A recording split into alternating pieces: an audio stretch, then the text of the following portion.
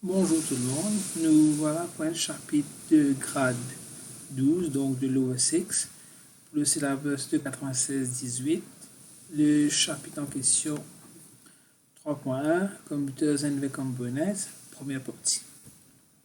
Ça, bien sûr, comme d'habitude, Urban Learning Objectives. Dans la première partie, en fait, nous pouvons arrêter jusqu'à partie C. À partir de D, donc à partir de D ici, ça vous venir dans la partie 2 de ce chapitre-là. On commence. Alors, un computer, depuis cette classe nous faire, c'est une electronic machine, c'est-à-dire c'est un appareil qui travaille au courant, mais pas une electric machine, il y a une électronique puis fait parce qu'il y a un circuit électronique à l'intérieur. Un computer, basically, ce travail, c'est quoi? Il prend des data, il processe les et il retourne l'information. Un computer, le hardware, est contrôlé en fait par un software. Rappelle la classe que je dire que hardware et software are both important. Il y a quatre types catégories de hardware. Input, processing device, storage et output devices. Quatre types de hardware là, catégorie là, on va regarder en détail maintenant. Première catégorie de hardware, c'est input devices. Input devices nous servent, we as users to enter data and instructions. Data, par exemple, tu vas les élèves dans une classe, ce point. Instruction, calculer que c'est un sorti premier. Combien de passé, combien de fil. C'est une instruction que nous donne le computer. Instruction pour souvent un programme. On peut créer un programme. L'exemple d'input device, on a keyboard, microphone, mouse, scanner, joystick. Beaucoup d'exemples là. Nous verrons ça après. Et Cambridge aussi accepté, mais ça c'est rare, qui nous peut input depuis un storage device. Donc, nous prend des data dans un storage device, nous peut mettre dans le CPU. Quelque part, nous acceptons ça comme input, mais il est très rare. Processing device, l'exemple de CPU. Le CPU, il prend du data et il peut manipuler le travail. Storage device, ben, il peut prendre du data, il peut storer, il peut storer un programme, surtout pour later use. Later use, ça veut dire pour plus tard. Pour tout de suite, nous avons un computer bon aller, on va revenir, on a un computer, on a un data, on a un programme, c'est toujours dans computer. L'exemple, on a hard disk DVD. Output devices, pour trouver, on choisir le mot convey ici. Et convey results processing to the user. Ça veut dire, un output device, il prend son résultat que sa CPU a gagné, il fait D plus 3. 2 et 3, c'est data, plus c'est instruction, il gagne réponse 5, il prend sa réponse 5, là, il donne ça à user. Il ne faut pas dire display qu'il fait parce que l'écran, les display, le problème n'est pas display. Convey, ça veut dire il transmet, il donne sa résultat. L'exemple, on a un screen qui display l'information et qu'on a aussi un printer qui provide avec hard copy. Ça dessin-là, il montre nous qu'il dans nos computers, on a différents types de mémoire. On a un register qui trouve dans le CPU, on a cache avec memory qui appelle primary memory, on a hard disk auxiliary, auxiliary ça veut dire l'exemple un pen drive, un CD, DVD, un removable storage devices.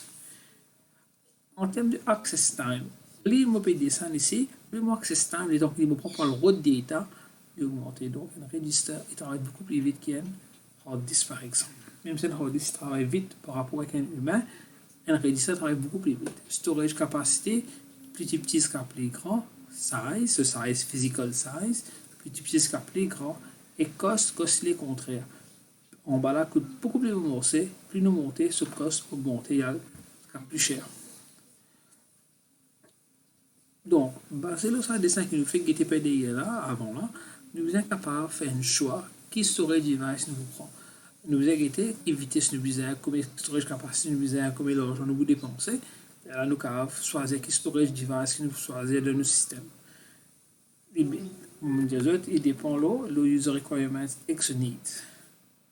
Par exemple, si on fait un backup, on peut servir un external hard disk drive. Ou bien, on est capable de servir un storage area network, un SAN. Et là, on peut avoir accès à un réseau, à travers un réseau plutôt, pardon.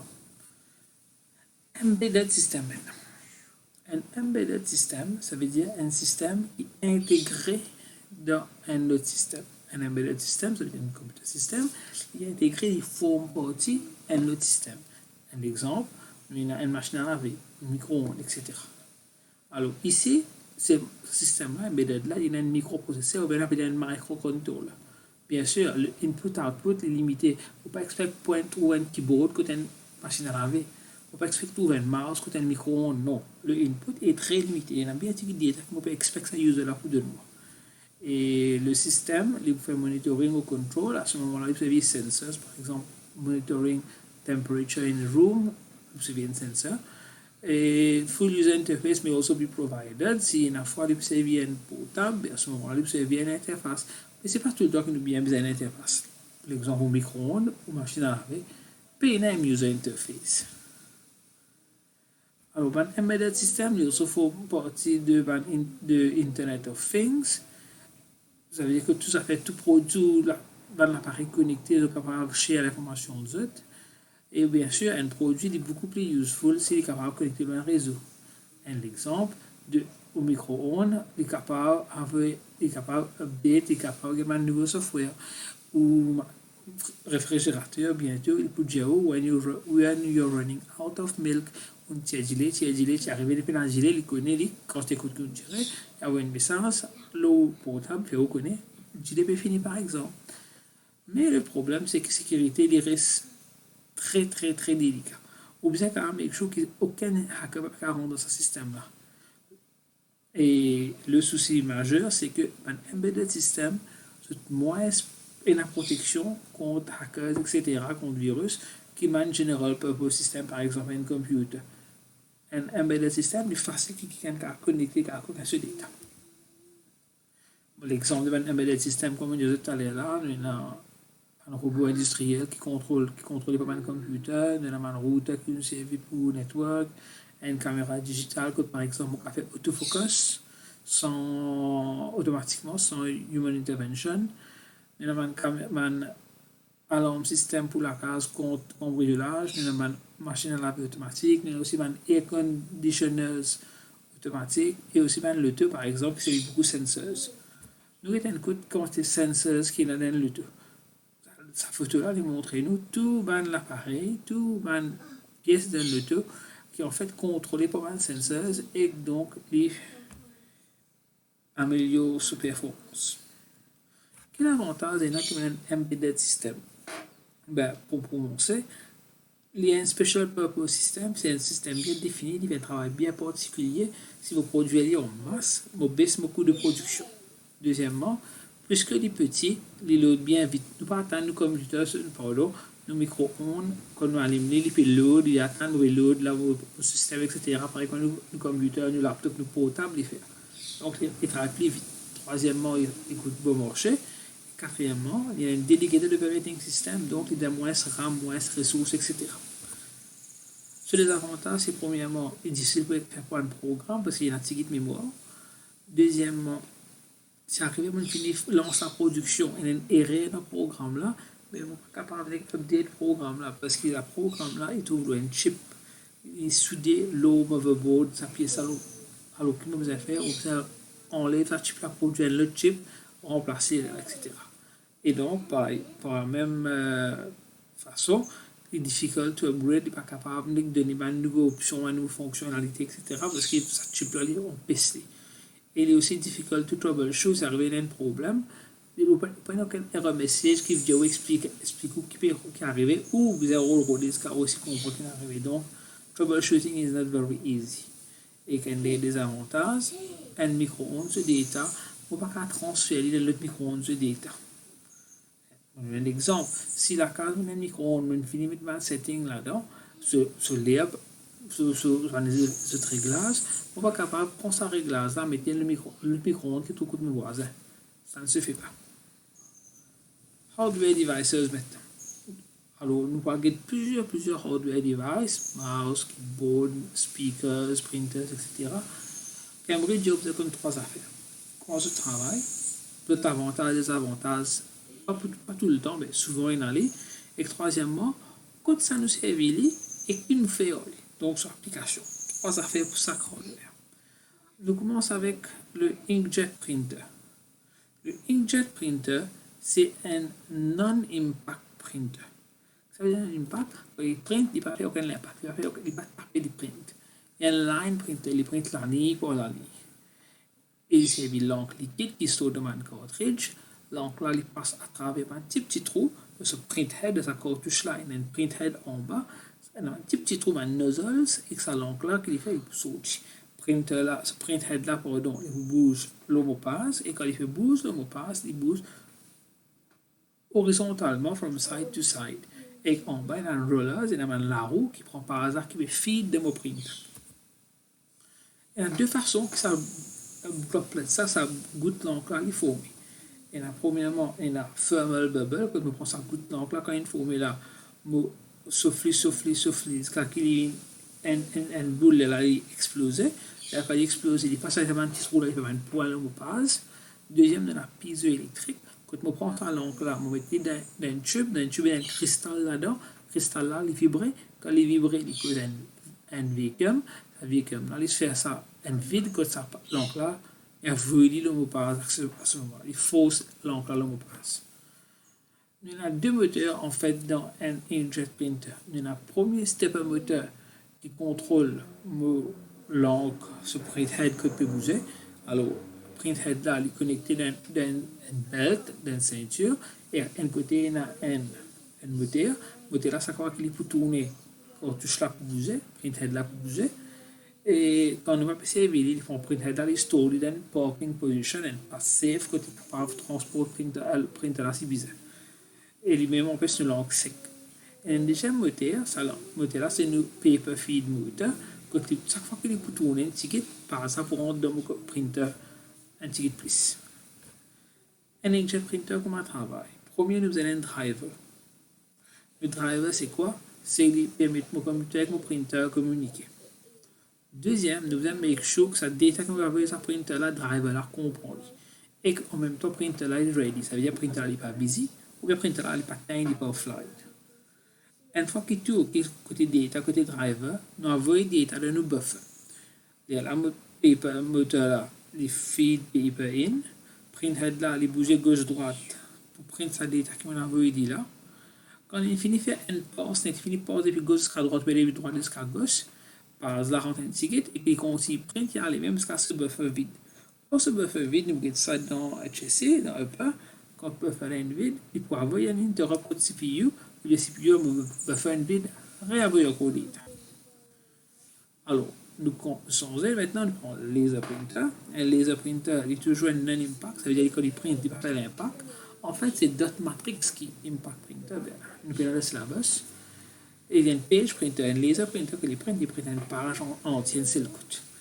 Les quiet, les quick, les c'est bien l'encre pour qu'il trouve dans un tourner, et qu'il fait à l'encre, il prend l'encre, il pose le page là, après il souffle, il met pression, il colle l'encre au papier là. Comment il travaille donc le laser printer? Premièrement, il y a un drum. Le laser là, il tape le drum là, et quand ça drum là, en fait, il y a une charge négatif. Quand le laser là, une tape le drum là, sa charge là, il n'est plus négatif, il est censé. Et là, que nous faisons prendre l'encre là, nous zette le drum là, quand le laser là, tu passes, l'encre là, est collé là-bas. Next, on prend mon papier, on pose le drum, papier là, quand il pose le drum là, papier là, il reste tout ça l'encre qui tient là. Donc, ça forme que ce laser qui décide le drum là, quand l'encre là, tu collé, et maintenant, paraît le mot passe. Pas fini là.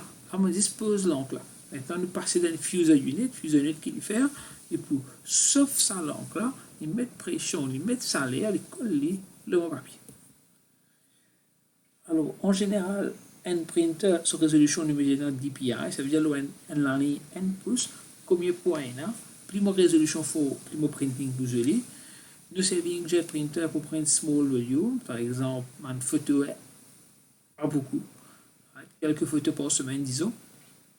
Et Plotters, c'est un printer spécial que nous prenons un gros dessin, ou un dessin bien technique, bien accurately, pour un ingénieur sur le plan, un architecte sur le plan, etc.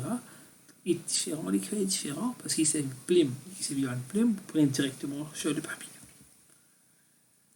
Un 3D printer maintenant, c'est un autre type de printer. Un 3D printer, il ne pas printer au papier, il print un objet physique.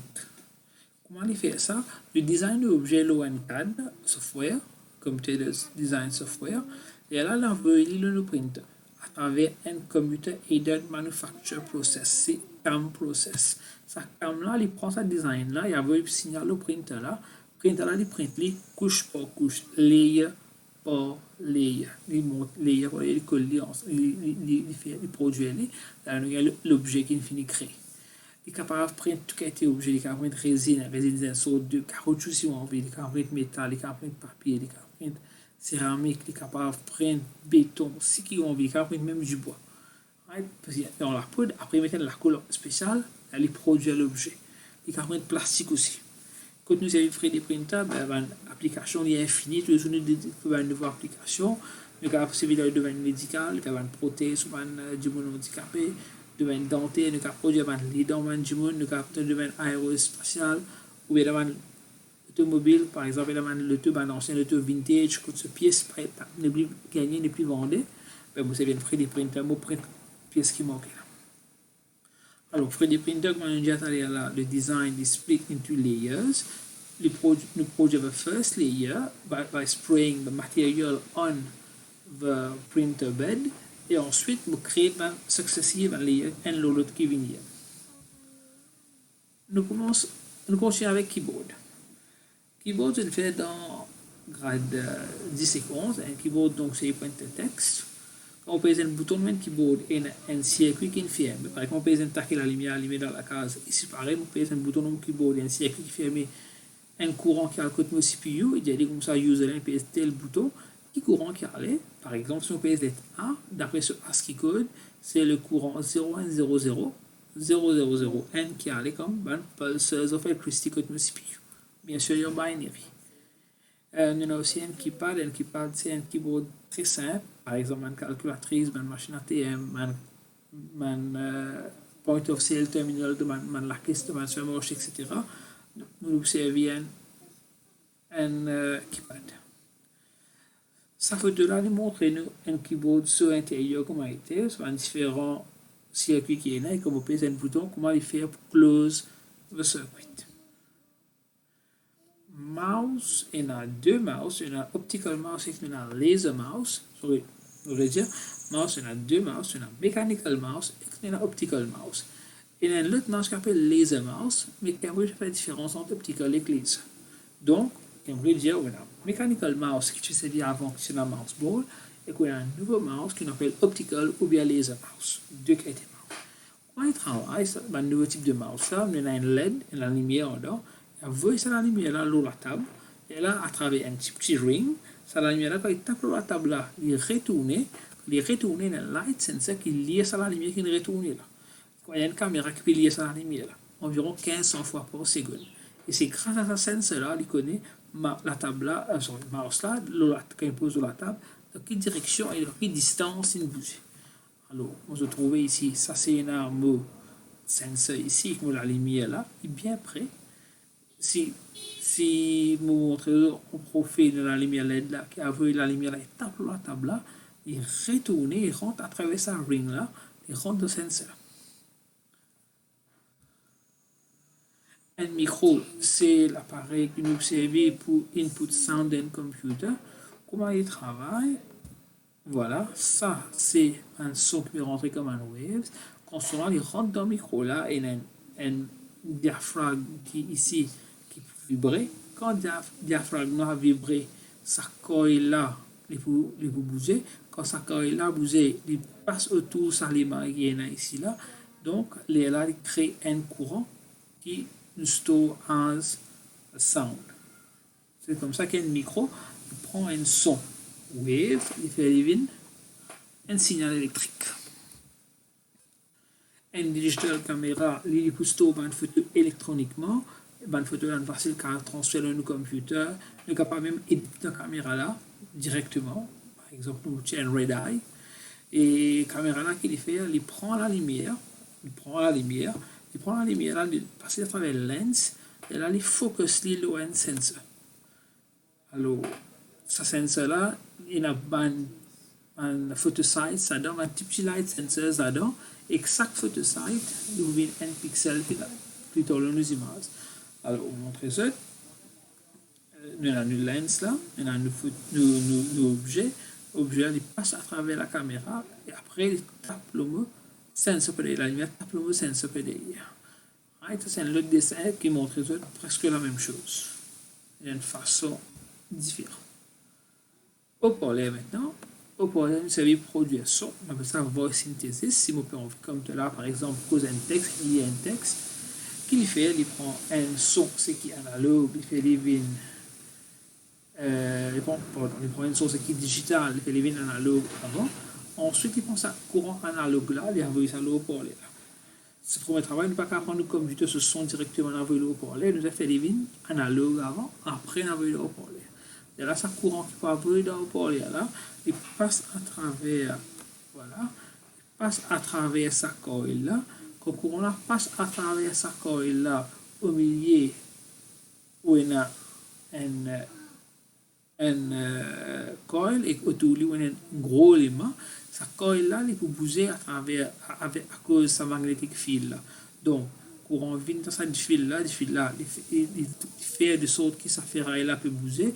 Quand sa ferraille là peut bouger, la ferraille là est attachée avec sa cône là, sa diaphragme. Et là, sa diaphragme va vibrer. Sa vibration qui donne nous sa son. C'est le même principe que celui de haut-parleur, de earphone, de headphone. Magnetic hard disk, c'est nous appelons hard disk drive. Il store data à travers magnetisation, à travers band lima. Et pour créer data, car lire data, nous avons read write head. Et bien sûr, data est stored as binary. Nous avons ça dessin. Alors, ça dessin montre nous que nos hard disk, en fait, est made up of several platters of several disks. Chaque disque a un read-write head qui vient là où il et qui est l'autre de dessin là, mais sinon c'est trop compliqué. Il y a un autre qui vient ici s'emballer. Donc, un platter, il a deux read-write head, un là où et un emballé. Pour chaque platter, donc, on a deux read-write head. Et quand le platter là il tourne, en fait, c'est sa spindle là, sa l'axe là, il tourne. Tous les platters tournent dans la même direction. Et ben read-write head aussi pareil, quand il bouge, il y a un seul actuateur arm, quand il bouge, tout le read-write head bouge ensemble. Si je regarde mon disque maintenant, je me divise en termes de tracks. Tracks c'est un rond. Ben tracks ça, il est concentrique. À ce terme, je divise en termes de secteurs. On peut trouver là, en termes de secteurs. Et entre un track et un secteur, ça on appelle ça un cluster. C'est un cluster qui me pousse au data. D'accord? Alors, juste pour confirmer, nous cause là platters. Nous disons que chaque platter a un read-write head en bas et là-haut. Tous les platters tournent en même temps parce qu'il est dans le même spindle. Et nous avons un read-write head qui attend sur le actuateur arms. Et un read-write head là, jamais tous la surface. Maintenant, data nous store in concentric tracks. Tracks and different disks have related data stored. Il est au genou. Lorsque disque là ici, si le cinquième track mon store data concernant une file, mon marque place, ou besoin encore l'espace, pour store le deuxième platter sur cinquième track et qui a l'aime comme ça. Qui fait, là quand ça read-write head il bouge, un seul coup il bouge, il gagne plusieurs disques en bas là-haut, en bas là-haut, en bas là-haut, il gagne même related data, il diminue les limites de mouvement pour read-write head actuator arm. Comme on a data, c'est plusieurs disques le même track, on appelle ça un cylindre. Solid flash memory, solid state memory, solid state memory qu'on appelle aussi flash memory. Ça c'est une technologie qui est assez nouveau, qui à cause de ça on peut retirer CD DVD. Les services de semiconductors, transistors pour storer data, donc il n'y a aucun moving parts. Les services souvent de NAND gates. C'est cette technologie-là que nous servons de carte mémoire et de pendrive. Nous pas dire pendrive, par exemple, nous avons USB flash drive. Et il est possible que cette technologie-là, bientôt, ils vont passer par PRAM, c'est Phase Change Random Access Memory. Donc, Solid State Memory, c'est un mémoire, il n'y a aucun moving parts. Et que si vous servez comme un solid state drive d'un computer, d'un laptop, en ce moment-là, ce solid state drive là, il est plus léger, plus robuste, moins courant, il n'est pas soufflé, il travaille aussi plus vite. Pour terminer, il y a une vidéo qui me mauvais conseil aux autres pour le guetter si tu as envie à comprendre plus comment différents appareils travaillent. Voilà donc. Et voilà, nous terminons pour ce chapitre-là. J'espère qu'il est assez clair pour vous autres. Je vous souhaite bon courage. Au revoir.